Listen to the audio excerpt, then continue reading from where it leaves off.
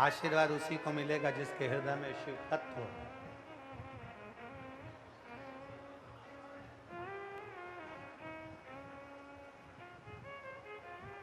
शिव महापुराण की कथा कहती है, पुरुषोत्तम मास चालू हुआ है,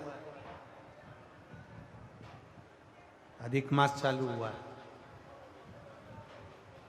5 चीजें अधिक मास के महीने में शिव जी के लिए आप करिए।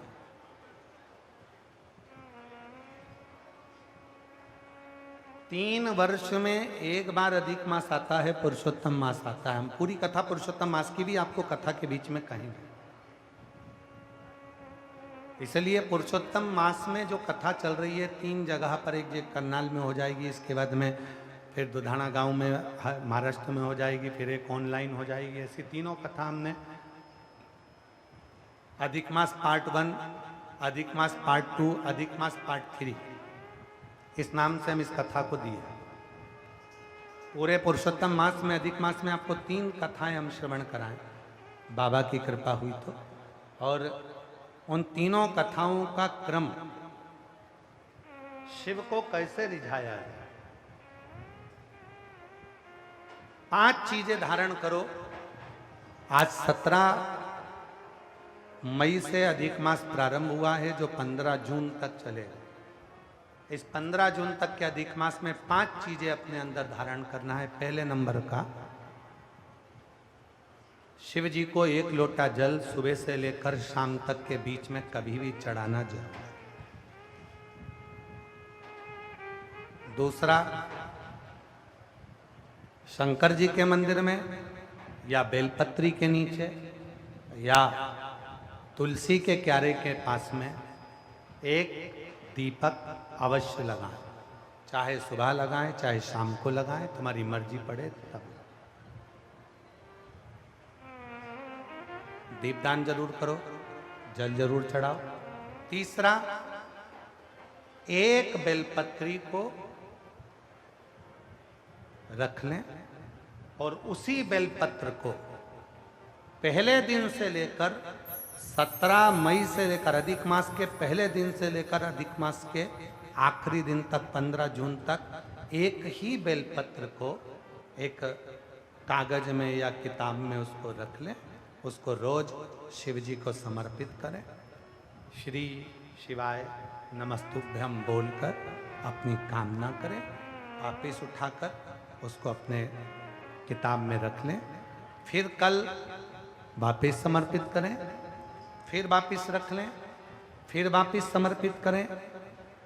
1 महीना अधिक मास का, पुरुषोत्तम मास का, यदि एक ही बेलपत्र को सर्वत्र चढ़ाया जाए, उसी बेलपत्र को बारंबार समर्पित करा जाए और उस बेलपत्र को अधिक मास पूर्ण होने के बाद फिर उसको जो आप मालपुआ दान करते हैं, उस मालपुए के साथ अगर दान कर दें तो जिंदगी में कभी किसी के दरवाजे पर हाथ नहीं फैलाना पड़ेगा। भगवान इतनी बरकत आपको प्रदान करे, इतनी बरकत दे। एक बेलपत्र, वही बेलपत्र पहले दिन से चालू होती है।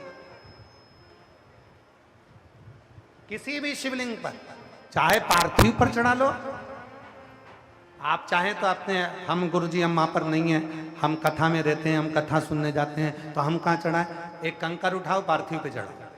पेड़ के नीचे पार्थिव बनाया, उसी पे चढ़ा के रख ली। फिर उसी को बेलपत्र को, उसी बेलपत्र को बारंबार पूरे अधिक मास के महीने में 1 महीने तक उसी बेलपत्र को चढ़ाना है, उसी को रखना है। फिर आखिरी दिन जो अधिक मास पूर्ण होगा, उस दिन उस बेलपत्र को मालपुए पे रखकर शिव जी को चढ़ाकर लेके आना पहले, फिर मालपुए पे रखना और उसको रखकर फिर भगवान उस मालपुए को तुम दान। मालपुआ दान नहीं कर सकते तो तुम बतासे दान कर दो, पर मीठे के साथ उस बेलपत्र को दान किया जाए। बतासा है, मिठाई है, कोई 33 कोई भी सामग्री 33 जो मीठी हो वो रखकर आप दे सकते। कभी किसी के दरवाजे पर कितनी भी मुसीबत आ जाए, कितना भी दुख आ जाए, कितनी भी तकलीफ आ जाए, कितना भी कष्ट आ जाए, कितना भी कष्ट आ जाए, आपको किसी के आगे हाथ नहीं फैलाना पड़ेंगे। लक्ष्मी की व्यवस्था स्वयं मेरा कुबेरेश्वर महादेव, मेरा महाकाल राजा, मेरा विश्वनाथ स्वयं एक बेलपत्र वही चलना। 5 चीजें करना है आपको। पहले नंबर पर जम के बोलो जल, दूसरे नंबर पर दीप, तीसरे नंबर पर बेलपत्र, चौथे नंबर पर भगवान शंकर के मंदिर में नंदी के दोनों सींगों के बीच में से शिव के शिवलिंग का दर्शन।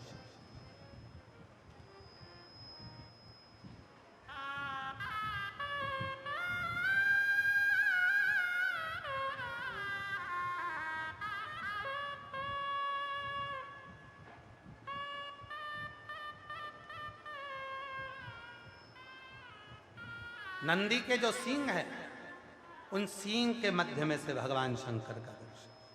क्यों? किस लिए? अगर पुरुषोत्तम मास में, अधिक मास में हम नंदी के दोनों सींगों के बीच में से शंकर के शिवलिंग का दर्शन कर लेते हैं तो अपने अंतिम सांस तक शरीर के अंदर कोई बड़ी बीमारी कभी नहीं आती, कोई गंभीर बीमारी कभी नहीं, क्योंकि ज्येष्ठा का अधिक आया है।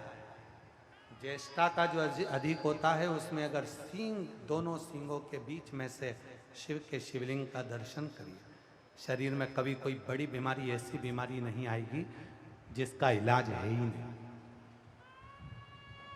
रोगीले होकर, कष्ट भोग कर शरीर को नहीं त्याग, बहुत बड़ी बीमारी के साथ शरीर का त्याग नहीं करो। चौथा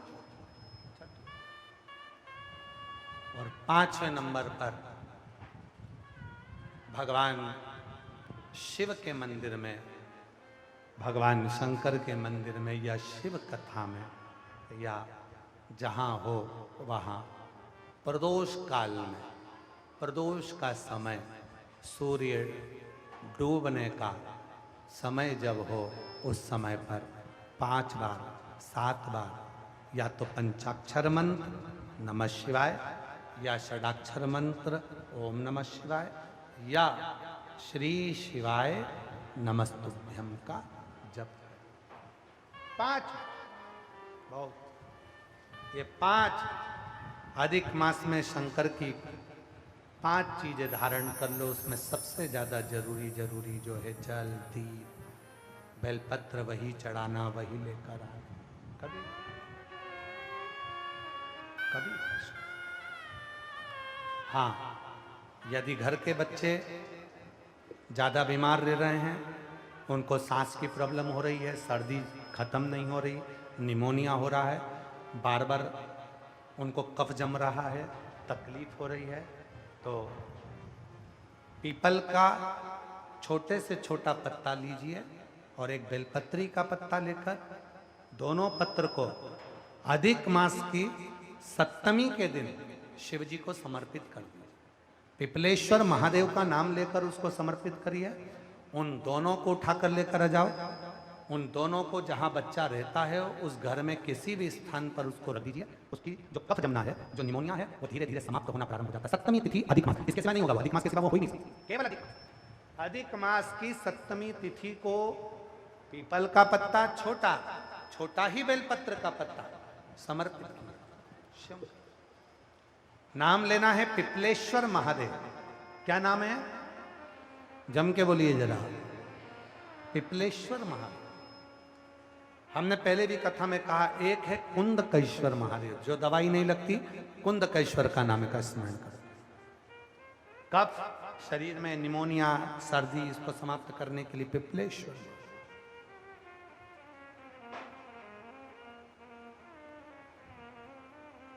पिपलेश्वर महादेव। शिव कथा का पार्वती मैया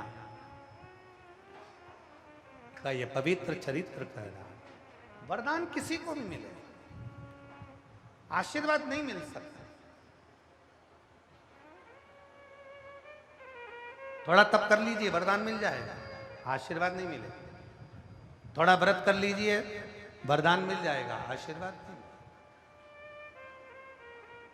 आशीर्वाद पाना है तो शिव की शरणागति, घर में माता पिता की शरणागति, घर के बुजुर्ग की शरणागति करना।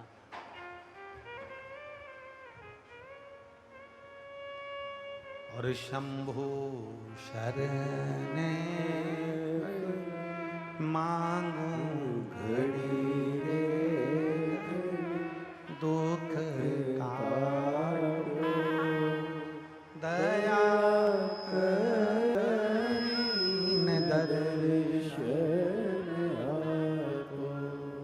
शिव को पुकारो, भगवान को पुकारो। कथा में कहा बच्चा रोता है, माँ दौड़ कर आती है। जब हम और आप शिव महापुराण की कथा में भगवान को पुकारते हैं तो भगवान भी दौड़ कर आते हैं।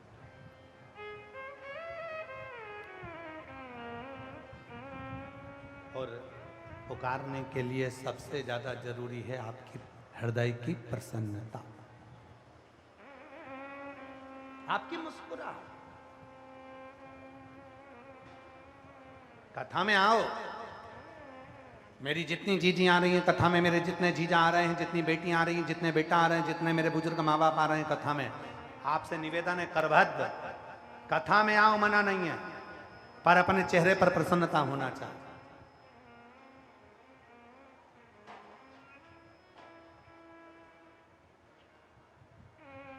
कथा में आना ये सोचकर मत आना कि मैं आपको आगे बैठने को मिलेगा।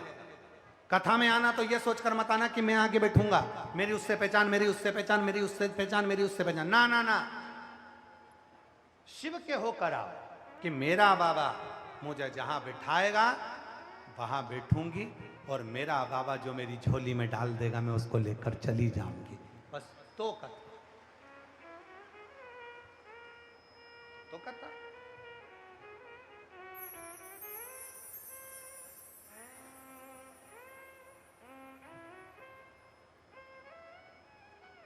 बड़ी दूर से चल कर आया मेरे बाबा तेरे दर्शन के लिए। बड़ी दूर से चल कर आया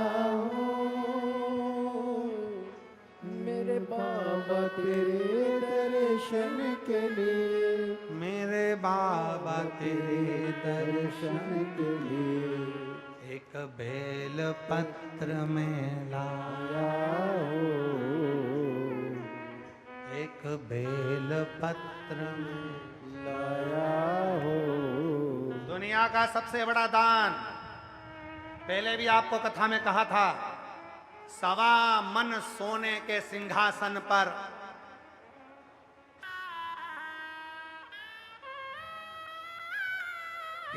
एक पत्र है, अच्छा है जी।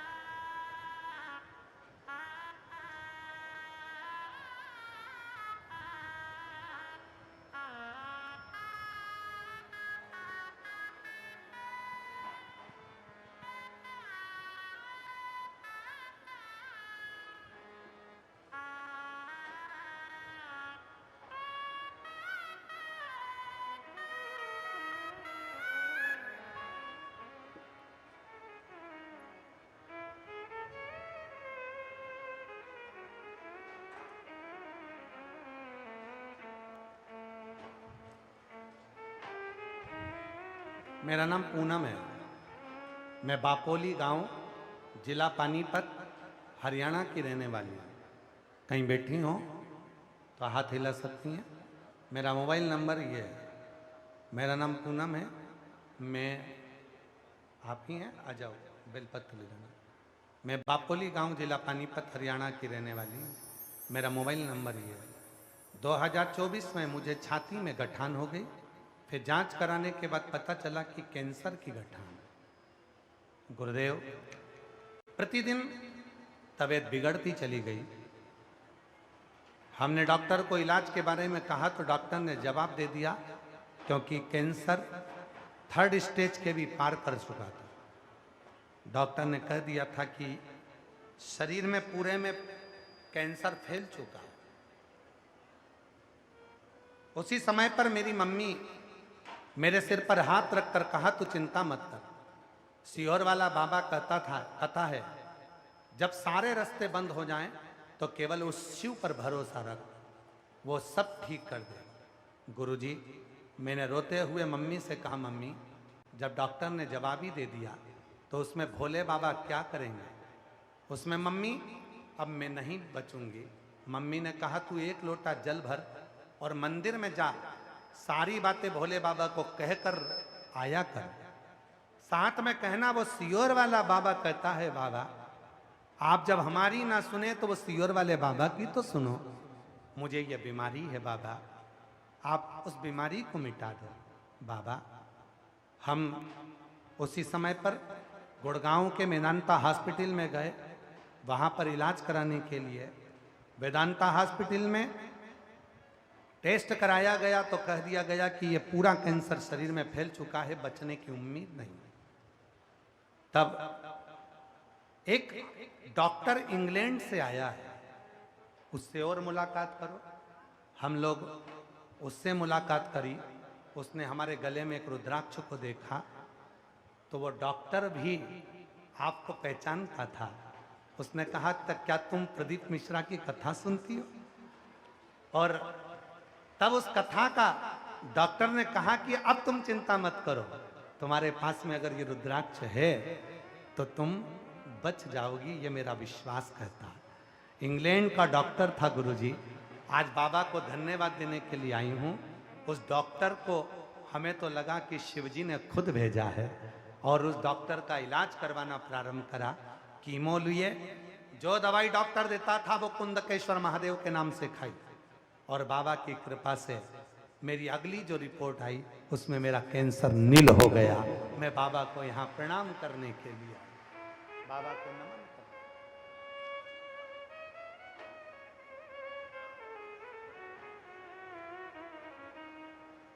एक लाइन अच्छी लिखी है बेटी ने,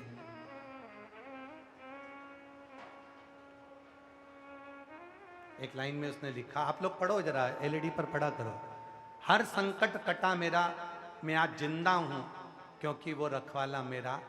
गुरुजी, आपके लिए 2 शब्द कहती हूं।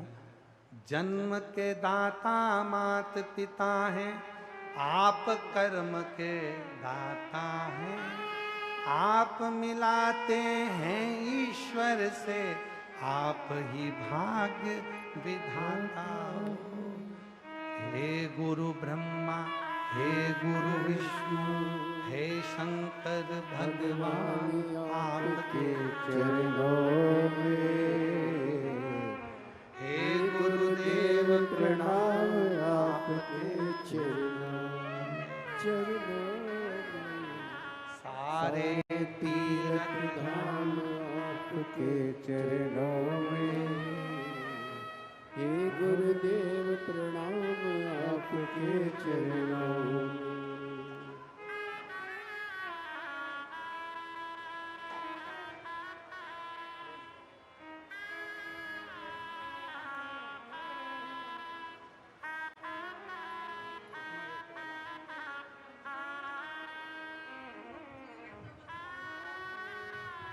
माँ कह रही है, मेरा बेटा नहीं है, मेरी एक ही बेटी है जिसको कैंसर हो गया था।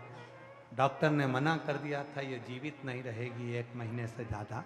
पर माँ ने अपनी बेटी के सिर पर हाथ रखकर कह दिया था कि सीहोर वाला बाबा कहता है कि शिव आएगा, रक्षा कर कर जाएगा।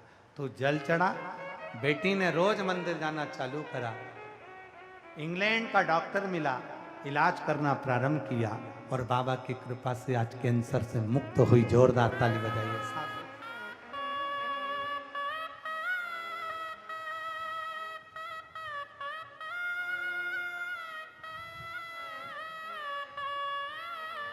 मेरा तू ही तो हमदर्द है, जिसे हर दर्द कहता है। शिव कथा कर रही है, भगवान शंकर का चरित्र एक भाव निर्मलता से।